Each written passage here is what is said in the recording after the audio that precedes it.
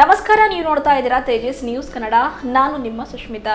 ಬೀದರ್ ಜಿಲ್ಲೆಯ ಭಾಲ್ಕಿ ತಾಲೂಕಿನ ಒಂದು ದನ್ನೂರ ಗ್ರಾಮದಲ್ಲಿ ಅಕ್ಕ ಮಹಾದೇವಿ ಚಲನಚಿತ್ರದ ಚಿತ್ರೀಕರಣದ ಸಮಯ ನಿಗದಿಗೊಳಿಸಿದ್ದು, ಒಂದು ತಿಂಗಳಿಂದ ಗ್ರಾಮದಲ್ಲಿ ಪ್ರವಚನ ಮಾಡುತ್ತಿರುವ ಉಪ್ಪಿನ ಬೆಟಗೇರಿ ಸ್ವಾಮೀಜಿಯವರು ಈ ಒಂದು ಚಿತ್ರೀಕರಣಕ್ಕೆ ಚಾಲನೆ ನೀಡಿದರು. ಶ್ರೀಶೈಲದ ಮಹಾ ತಪಸ್ವಿ ಮಾತೆ ಕರುಣಾದೇವಿ ಅಕ್ಕನವರು, ಡಾಕ್ಟರ್ ರಾಜಶೇಖರ್ ಶಿವಾಚಾರ್ಯರು ಸೇರಿದಂತೆ ಇನ್ನಿತರರು ಈ ಒಂದು ಚಿತ್ರೀಕರಣದ ಉದ್ಘಾಟನಾ ಸಮಾರಂಭದಲ್ಲಿ ಪಾಲ್ಗೊಂಡಿದ್ದರು ಎಂದು ಚಲನಚಿತ್ರರಂಗದ ನಟ ಹಾಗೂ ನಿರ್ಮಾಪಕರು ಆಗಿರುವ ವಿಷ್ಣುಕಾಂತ್ ಬೀಚಿಯವರು ಮಾತನಾಡಿ ತಿಳಿಸಿದರು. ಶತಾಯುಷಿ ಡಾಕ್ಟರ್ ಚನ್ನಬಸವ ಪಟ್ಟದೇವರ ಜೀವನಾಧಾರಿತ ಕನ್ನಡದ ಕೂವರ ಚಿತ್ರದಲ್ಲಿ ಸ್ಥಳೀಯ ಕಲಾವಿದರಿಗೆ ಅತಿ ಹೆಚ್ಚಿನ ಪ್ರಶಸ್ತಿಯನ್ನು ನೀಡಲಾಗಿತ್ತು. ಅದರ ಜೊತೆಗೆ ಈ ಒಂದು ಅಕ್ಕ ಮಹಾದೇವಿ ಚಲನಚಿತ್ರದಲ್ಲಿಯೂ ಕೂಡ ಕೆಲವು ಸ್ಥಳೀಯ ಕಲಾವಿದರಿಗೆ ಅವಕಾಶ ನೀಡಲಾಗುವುದು. ಹಾಗಾಗಿ ಆಸಕ್ತಿ ಉಳ್ಳ ಯಾವುದೇ ವಯಸ್ಸಿನ ಹುಡುಗ ಹುಡುಗಿಯರು, ಹಿರಿಯರಿರಲಿ ಕಿರಿಯರಿರಲಿ ಅವರಿಗೆ ಅವಕಾಶ ಕಲ್ಪಿಸಲಾಗುವುದು. ಹಾಗಾಗಿ ಆಸಕ್ತಿ ಉಳ್ಳವರು ಮೊಬೈಲ್ ಸಂಖ್ಯೆ 9742936878 ಈ ನಂಬರ್ಗೆ ಕರೆ ಮಾಡುವುದಾಗಿ, ನನಗೆ ಬಂದು ಭೇಟಿ ಮಾಡುವುದಾಗಿ ವಿಷ್ಣುಕಾಂತ್ ಬೀಚಿಯವರು ಮಾತನಾಡಿ ತಿಳಿಸಿದರು. ಈಗಾಗಲೇ ಗಂಗಾ ಕಾವೇರಿ, ಕನ್ನಡದ ಕುವರ ಹಾಗೂ ಡಾಕ್ಟರ್ BR ಅಂಬೇಡ್ಕರ್ ಅವರ ಜೀವನಾಧಾರಿತ ಚಲನಚಿತ್ರಗಳು ಸಾರತ್ವದ ಲೋಕದಲ್ಲಿ ಸದ್ದು ಮಾಡಿವೆ. ಡಾಕ್ಟರ್ BR ಅಂಬೇಡ್ಕರ್ ಅವರ ಜೀವನಾಧಾರಿತ ಚಲನಚಿತ್ರವು ಬಾಕ್ಸ್ ಆಫೀಸ್ನಲ್ಲಿ ಸಂಚಲನ ಮೂಡಿಸಿದೆ.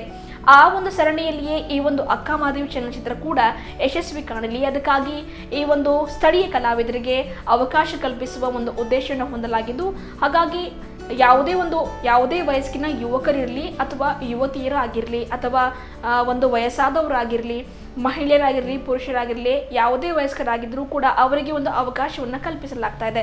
ಹಾಗಾಗಿ ಆಸಕ್ತಿಯುಳ್ಳವರು ಈ ಒಂದು ಮೊಬೈಲ್ ಸಂಖ್ಯೆ ಪುನಃ ನಾನು ಹೇಳ್ತೀನಿ, 9742937878 ಈ ನಂಬರ್ಗೆ ಕರೆ ಮಾಡುವುದಾಗಿ ವಿಷ್ಣುಕಾಂತ್ ಬೀಚಿಯವರು ಮಾತನಾಡಿ ಮನವಿಯನ್ನು ಮಾಡಿದ್ದಾರೆ.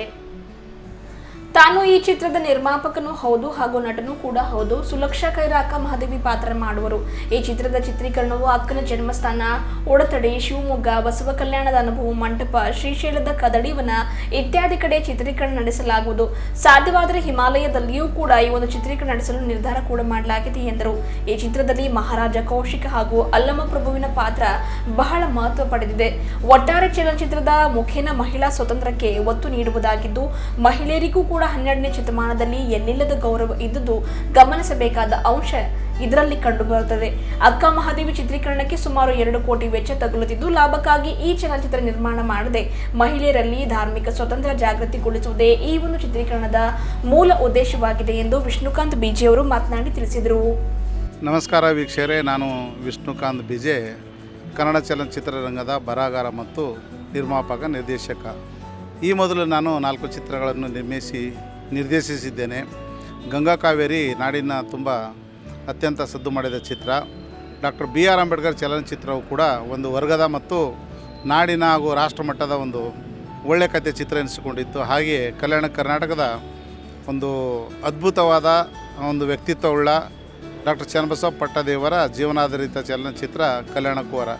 ಈ ಚಲನಚಿತ್ರವು ಕೂಡ ಭಾಲ್ಕಿ ಚಲನಚಿತ್ರ ಮಂದಿರದಲ್ಲಿ ಸುಮಾರು 75 ದಿವಸಗಳ ಕಾಲ ಸತತವಾಗಿ ಪ್ರದರ್ಶನಗೊಂಡಿತ್ತು. ಹಾಗೆ ಬೀದರ್ನಲ್ಲಿ ಕೂಡ ಸಪ್ನ ಮಲ್ಟಿಪ್ಲೆಕ್ಸ್ನಲ್ಲಿ 1 ತಿಂಗಳ ಕಾಲ ಪ್ರದರ್ಶನಗೊಂಡಿತ್ತು.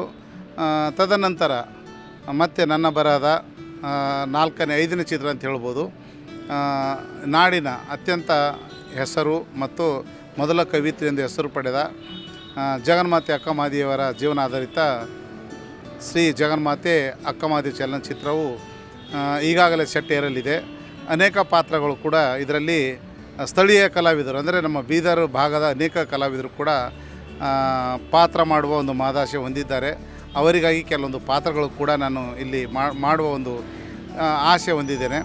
ಹೀಗಾಗಿ ಇಚ್ಛೆಯುಳ್ಳ ಮತ್ತು ಚಲನಚಿತ್ರ ನಟಿಯರು ಆಗಲು ಇಚ್ಛಿಸುವ ಯಾವುದೇ ವಯಸ್ಸಿರಲಿ, ನಮ್ಮ ಚಲನಚಿತ್ರದಲ್ಲಿ ಅನೇಕ ವಯಸ್ಸುಳ್ಳ ಪಾತ್ರಗಳಿರ್ತವೆ. ಮಕ್ಕಳಿರ್ಬೋದು, ದೊಡ್ಡವರಿರ್ಬೋದು, ಪೋಷಕರಿರ್ಬೋದು. ಹಾಗೆ ಅತ್ಯಂತ ಕೆಲವೊಂದು ಗ್ಲ್ಯಾಮರು, ಅಂದರೆ ಉದಾಹರಣೆಗೆ ಈಗ ಅಕ್ಕ ಮಹಾದೇವಿ ಒಂದು ಆಶ್ರಮದಲ್ಲಿ ಈ ಸಖೀರ ಪಾತ್ರಗಳಿರ್ತವೆ. ಸಖೀರ ಅಂತಂದರೆ ಅತ್ಯಂತ ಗ್ಲ್ಯಾಮರ್ ಇರ್ತಕ್ಕಂಥ ಒಂದು ಪಾತ್ರಗಳೇ. ಹಾಗೆ ರಾಜನ ಒಂದು ಆಸ್ಥಾನದಲ್ಲಿ ರಾಜ ನರ್ತಕಿಯರು ಕೂಡ ಬರ್ತಾರೆ. ಇದರಲ್ಲಿ ಒಳ್ಳೆ ಡ್ಯಾನ್ಸರ್ ಕೂಡ ಇರ್ತಾರೆ. ಹಾಗೆ ಅನೇಕ ಸ್ವಾಮಿಗಳ, ಸನ್ಯಾಸಿಗಳ, ರಸಿಕರ, ಸನ್ಯಾಸಿಗಳ, ಹಾಗೆ ಅನೇಕ ಎಲ್ಲ ಥರದ ಒಂದು ಪಾತ್ರಗಳು ಈ ಚಲನಚಿತ್ರದಲ್ಲಿ ಒಳಗೊಂಡಿದೆ. ಹಾಗೆಯೇ ಇನ್ನೊಂದು ವಿಶೇಷತೆ ಏನೆಂದರೆ ಸಾಮಾನ್ಯವಾಗಿ ಈ ಶರಣರು ಚಲನಚಿತ್ರ ಅಂದ ತಕ್ಷಣ ಎಲ್ಲರ ಮನಸ್ಸಿಗೆ ಹೋಗೋದು ಅಯ್ಯೋ ಅದೊಂದು ಬಿಡಿ ಯಾವುದೋ ಒಂದು ಶರಣರು ಹಾಗೆ ಹೀಗೆ ವಿಭೂತಿ ಹಚ್ಕೊಂಡು ಹಾಗೆ ಅಂತ ಅಂದ್ಕೊಳ್ತಾರೆ. ಇದು ಅಷ್ಟಕ್ಕೆ ಸೀಮಿತ ಅಲ್ಲ, ಅದೆಲ್ಲವೂ ಇರೋದು ಸತ್ಯ ನಿಜ. ಬಟ್ ಇದೊಂದು ಕಮರ್ಷಿಯಲ್ ಒಂದು ಪ್ಯಾರಾಮೀಟರ್ಸ್ ಇಟ್ಕೊಂಡು, ಅಂದರೆ ಹಾಡು ಇರ್ಬೋದು, ಲೊಕೇಶನ್ ಇರ್ಬೋದು, ಒಂದು ಕ್ಯಾಮ್ರಾ ಮೂಮೆಂಟ್ ಇರ್ಬೋದು, ಅಥವಾ ನಾವು ತೆಗಿತಕ್ಕಂಥ ಒಂದು ಶೈಲಿ ಇರ್ಬೋದು, ಅವೆಲ್ಲ ಒಂದು ಕಮರ್ಷಿಯಲ್ ಒಂದು ಸ್ಟೈಲ್ನಲ್ಲಿ ಚಲನಚಿತ್ರ ನಿರ್ಮಿಸ್ತಿದ್ದೇವೆ. ಸದಾಭಿರುಚಿಯ ಚಿತ್ರ ಅಂತ ಹೇಳ್ತಾರೆ. ಅಂಥ ಒಂದು ಸದಾಭಿರುಚಿಯ ಈ ಒಂದು ಪೌರಾಣಿಕ ವಿಷಯವಾದರೂ ಕೂಡ, ಶರಣ ತತ್ವದ ಸಿನಿಮಾ ಆದರೂ ಕೂಡ, ಅಕ್ಕ ಮಹಾದೇವಿ ಯಾವ್ಯಾವ ಸ್ಟೇಜ್ನಲ್ಲಿ ಯಾವ್ಯಾವ ಹಂತದಲ್ಲಿ ಹೇಗೆ ಬೆಳೆದಲು, ಕೌಶಿಕ ಮಹಾರಾಜ ಹೇಗೆ ಮೋಹಿಸಿದ, ಇಲ್ಲಿ ಭಕ್ತಿ ಮತ್ತು ಮೋಹ ಇವೆರಡರ ಮಧ್ಯದಲ್ಲಿ ಭಕ್ತಿ ಗೆಲ್ಲುತ್ತೆ, ಮಹಾರಾಜನು ಕೊನೆಗೆ ಅಕ್ಕ ಮಹಾದೇವಿಯ ಪಾದ ಹಿಡ್ಕೊಂಡು ಮಹಾತಾಯಿ ಅಂತ ಹೇಳ್ತಕ್ಕಂಥ ಒಂದು ಸೀನ್ಗಳು ತುಂಬ ಚೆನ್ನಾಗಿದೆ ಈ ಚಲನಚಿತ್ರದಲ್ಲಿ. ಹಾಗೆ ಎಲ್ಲ ವರ್ಗದ, ಅಂದರೆ ಎಲ್ಲ ಒಂದು ವಯೋಮಿತಿಯ ಎಲ್ಲ ಪಾತ್ರಗಳು ಚಲನಚಿತ್ರದಲ್ಲಿವೆ. ಹಾಗಾಗಿ ನಾನು ಕೂಡ ಇದೇ ಜಿಲ್ಲೆಯನು, ಬೀದರ್ ಜಿಲ್ಲೆ ದನ್ನೂರ ಗ್ರಾಮದನು. ತಮಗೆಲ್ಲ ಗೊತ್ತಿರ್ಬೋದು, ಕಲ್ಯಾಣ ಕೋರ ಡಾಕ್ಟರ್ ಚನ್ನಬಸಪ್ಪ ಪಂಡಿತವರ ಸಿನಿಮಾನ ನಿರ್ದೇಶಿಸಿ ನಟಿಸಿದ್ದೇನೆ. ಹಾಗೆ ಡಾಕ್ಟರ್ ಬಿ ಆರ್ ಅಂಬೇಡ್ಕರ್ ಚಲನಚಿತ್ರ ಕೂಡ ಇಲ್ಲಿ ಅತ್ಯಂತ ಸದ್ದು ಮಾಡಿತ್ತು. ಈ ರಾಜ್ಯ ಮತ್ತು ರಾಷ್ಟ್ರ ಮಟ್ಟದಲ್ಲಿ ಒಂದು ಸದ್ದು ಮಾಡುವಂಥ ಈ ಜಗನ್ಮಾತೆ ಅಕ್ಕ ಮಹಾದೇವಿ ಚಲನಚಿತ್ರ 2 ಭಾಷೆಯಲ್ಲಿ ಮಾಡ್ತಿದ್ದೇವೆ, ಕನ್ನಡ ಮತ್ತು ತೆಲುಗು. ದಯವಿಟ್ಟು ನಟ ನಟಿಯರಾಗಲು ಬಯಸುವವರು ನನ್ನನ್ನು ಸಂಪರ್ಕಿಸಿ. ನನ್ನ ಮೊಬೈಲ್ ನಂಬರ್ ಇವರು ನಮ್ಮ ಚಾನಲ್ದವ್ರು ಹಾಕ್ತಾರೆ, ಇನ್ನೊಂದು ಸಲ ತಾವಾದರೂ ಬರ್ಕೊಳ್ಬೋದು. 9742936878 ಇದು ನನ್ನ ಮೊಬೈಲ್ ಸಂಖ್ಯೆ. ನೀವು ಈ ಸುಸ್ಮಿತಾ ಮೇಡಮ್ ಅವ್ರನ್ನ ಸಂಪರ್ಕಿಸಿದ್ರು ಕೂಡ ಅವ್ರು ನನ್ನ ಮಾಹಿತಿ ಕೊಡ್ತಾರೆ. ಈ ನಮ್ಮ ಮಾಧ್ಯಮ ಮಿತ್ರರು ಸುಸ್ಮಿತಾ ಅವರು ಒಂದು ಪ್ರಶ್ನೆ ಕೇಳ್ತಾರೆ, ನೀವು ಚಲನಚಿತ್ರ ಇದೇ ಯಾಕೆ ಆಯ್ಕೆ ಮಾಡಿಕೊಂಡ್ರಿ? ಈ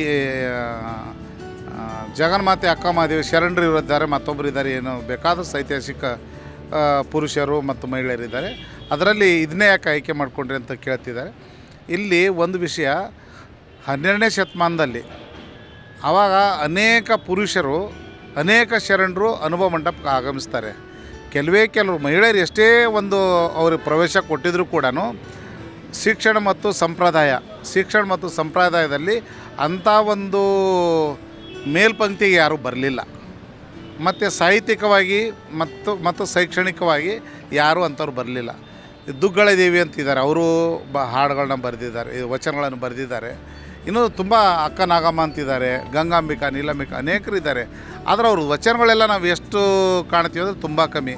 ಅಂಥ ಒಂದು ಮಹಿಳಾ ಮಣಿಯರಲ್ಲಿ, ಅಂದರೆ ಶರಣಿಯರಲ್ಲಿ ಅತಿ ಹೆಚ್ಚು ವಚನ, ಅಂದರೆ ಮೊಟ್ಟ ಮೊದಲ ಕವಿತ್ರಿ ಮತ್ತು ಅತ್ಯಂತ ಒಂದು ಪರಿಣಾಮಕಾರಿಯಾದಂಥ ಒಂದು ಜೀವನ ಚರಿತ್ರೆ. ಈ ಶರಣರಲ್ಲಿ ನಾವು ಬಸವಣ್ಣ, ಅಲ್ಲಮ್ಮ ಪ್ರಭು, ಸಿದ್ದರಾಮ ಅಂತ ಹೇಗೆ ಹೇಳ್ತೀವೋ ಹಾಗೆ ಮಹಿಳಾ ಮಣಿಯರಲ್ಲಿ, ಅಂದರೆ ಶರಣಿಯರಲ್ಲಿ ಅತ್ಯಂತ ಒಂದು ದಿಟ್ಟ ನಿಲುವು ಮತ್ತು ಅವರ ಹೋರಾಟದ ಬದುಕು. ತಂದೆ ತಾಯಿರು ಮದುವೆ ಅಂತ ಹೇಳಿರುವಾಗ ಅವಳು ಯಾವ ತೀರ್ಮಾನ ತೊಗೊಳ್ತಾರೆ, ಆಮೇಲೆ ಕೌಶಿಕ ಮಹಾರಾಜನೇ ಪ್ರೇಮಿಸಿರುವಾಗ ಯಾವ ತೀರ್ಮಾನ ತೊಗೊಳ್ತಾರೆ, ಅದಾದ ನಂತರ ಕಲ್ಯಾಣಕ್ಕೆ ನಡ್ಕೊಂಡು ಪೂರ್ತಿ ಅವರು ಮೈ ಮೇಲಿಂದ ದೇಹದ ಮೇಲಿಂದ ಎಲ್ಲನೂ ಬಟ್ಟೆ ಬಿಚ್ಚಿ ಯಾವಾಗ ಕೌಶಿಕನ ಮುಂದೆ ನಗ್ನರಾಗ್ತಾರೋ ಅದೇ ಒಂದು ಸ್ಥಿತಿನಲ್ಲಿ ಕಲ್ಯಾಣಕ್ಕೆ ಬರ್ತಾರೆ. ಅಲ್ಲಿಂದ ಮುಂದೆ ಶ್ರೀಶೈಲಕ್ಕೆ ಹೋಗ್ತಾರೆ. ಈ ಮಧ್ಯದಲ್ಲಿ ಅಂದರೆ ಉಡುತಡಿಯಿಂದ ಶ್ರೀಶೈಲ ಮುಟ್ಟುವವರೆಗೂ ಎಂತೆಂಥ ಜನ ಸಿಕ್ಕಿದ್ರು, ಎಷ್ಟೆಷ್ಟು ಪರಿವರ್ತನೆ, ಇಂಥ ನಾನಾ ಥರದ ಘಟನೆಗಳು, ನಾನಾ ಥರದ ಮತ್ತು ಪ್ರಸಂಗಗಳನ್ನು ಏಕೈಕ ಶರಣಿ ಒಬ್ಬರೇ ಅಕ್ಕ ಮಹಾದೇವಿ ಬಿಟ್ಟರೆ ಇನ್ಯಾರೋ ಚರಿತ್ರೆಗಳು ಸಿಗಲ್ಲ. ಒಂದು ಮಹಿಳಾ ಜಗತ್ತಿನಲ್ಲಿ ಏನು ಮಾಡಿದರು ಅನ್ನೋದನ್ನ ಮಹಿಳೆಯರಿಗೆ ಮತ್ತು ಈ ಜಗತ್ತಿಗೆ ತೋರಿಸೋಗೋಸ್ಕರ ಶರಣೆ ಜಗನ್ಮಾತೆ ಅಕ್ಕ ಮಹಾದೇವಿ ಚಲನಚಿತ್ರ ಆಯ್ಕೆ ಮಾಡಿಕೊಂಡು, ಅದ್ರ ಜೊತೆಗೆ ಒಂದು ಮಮತೆ ಅನ್ನೋದಿರುತ್ತೆ. ಮಮತೆ ಅಂದರೆ ಮಹಾದೇವಿಗೆ ಅವ್ರ ತಂದೆ ತಾಯಿಗೆ ಬೇಗ ಮಕ್ಕಳಾಗಲ್ಲ, ಆಗದೇ ಇರುವಾಗ ಮಕ್ಕಳಿಗೋಸ್ಕರ ಏನು ಹಾತೊರಿತಾರೆ, ಅದೆಲ್ಲ ಬೇಕು ನಮ್ಮ ಸಮಾಜಕ್ಕೆ. ಅದಾದ ನಂತರ ಮಹಾದೇವಿ ಎಷ್ಟು ಅಟ್ಯಾಚ್ ಆಗಿದ್ಳು, ಆದರೂ ಅಷ್ಟು ಅಟ್ಯಾಚ್ ಆದರೂ ಕೂಡ ತಂದೆ ತಾಯಿದಿಂದ ಹೇಗೆ ಡಿಟ್ಯಾಚ್ ಆಗಿಬಿಡ್ತಾಳೆ, ಮತ್ತು ಎಲ್ಲಿ ಅಟ್ಯಾಚ್ ಆಗ್ತಾಳೆ, ದೇವ್ರನಲ್ಲಿ. ಚನ್ನಮಲ್ಲಿಕಾರ್ಜುನ ಗಂಡ, ದೇವ, ಪತಿ, ಮತ್ತೊಂದು ಇನ್ನೊಂದು ಎಲ್ಲನೂ ಹೇಳ್ತಾಳೆ. ಅದು ನಾನಾ ಥರದ ವಚನದಲ್ಲಿ ನಾನಾ ಥರದ ಒಂದು ಭಾವನೆಗಳಲ್ಲಿ ಹೇಳ್ತಾರೆ. ಆ ಹೇಳುವ ಒಂದು ಏನು ಶೈಲಿ ಇದೆ, ಆ ಶೈಲಿ ನೀವು ಶರಣ ತತ್ವದಲ್ಲಿ ಆಗಲಿ ಮತ್ತೊಂದಾಗಲಿ ಬೇರೆಯವರಲ್ಲಿ ನೀವು ಕಾಣೋಕ್ಕಾಗಲ್ಲ. ಅಂಥ ಒಂದು ದಿಟ್ಟ ನಿಲುವಿನ ಅಕ್ಕ ಮಹಾದೇವಿ ಜೀವನ ಚರಿತ್ರೆ ಒಂದು ಆಯ್ಕೆ ಮಾಡಿಕೊಂಡು ನಾನೇ ಅದು ಸ್ವಂತ ಕತೆ ಮತ್ತು ಡೈಲಾಗು ರಚನೆ ಎಲ್ಲವೂ ನನ್ನದೇ ಇದೆ. ಅದೊಂದು ತುಂಬ ಅದ್ಭುತವಾದ ಚಲನಚಿತ್ರ ನಿರ್ಮಿಸಬೇಕನ್ನೋ ಒಂದು ನನ್ನ ಮಹದಾಸೆ ಆಗಿತ್ತು. ಅದಕ್ಕೆ ನಾನು ಆಯ್ಕೆ ಮಾಡ್ಕೊಂಡಿದ್ದೆ.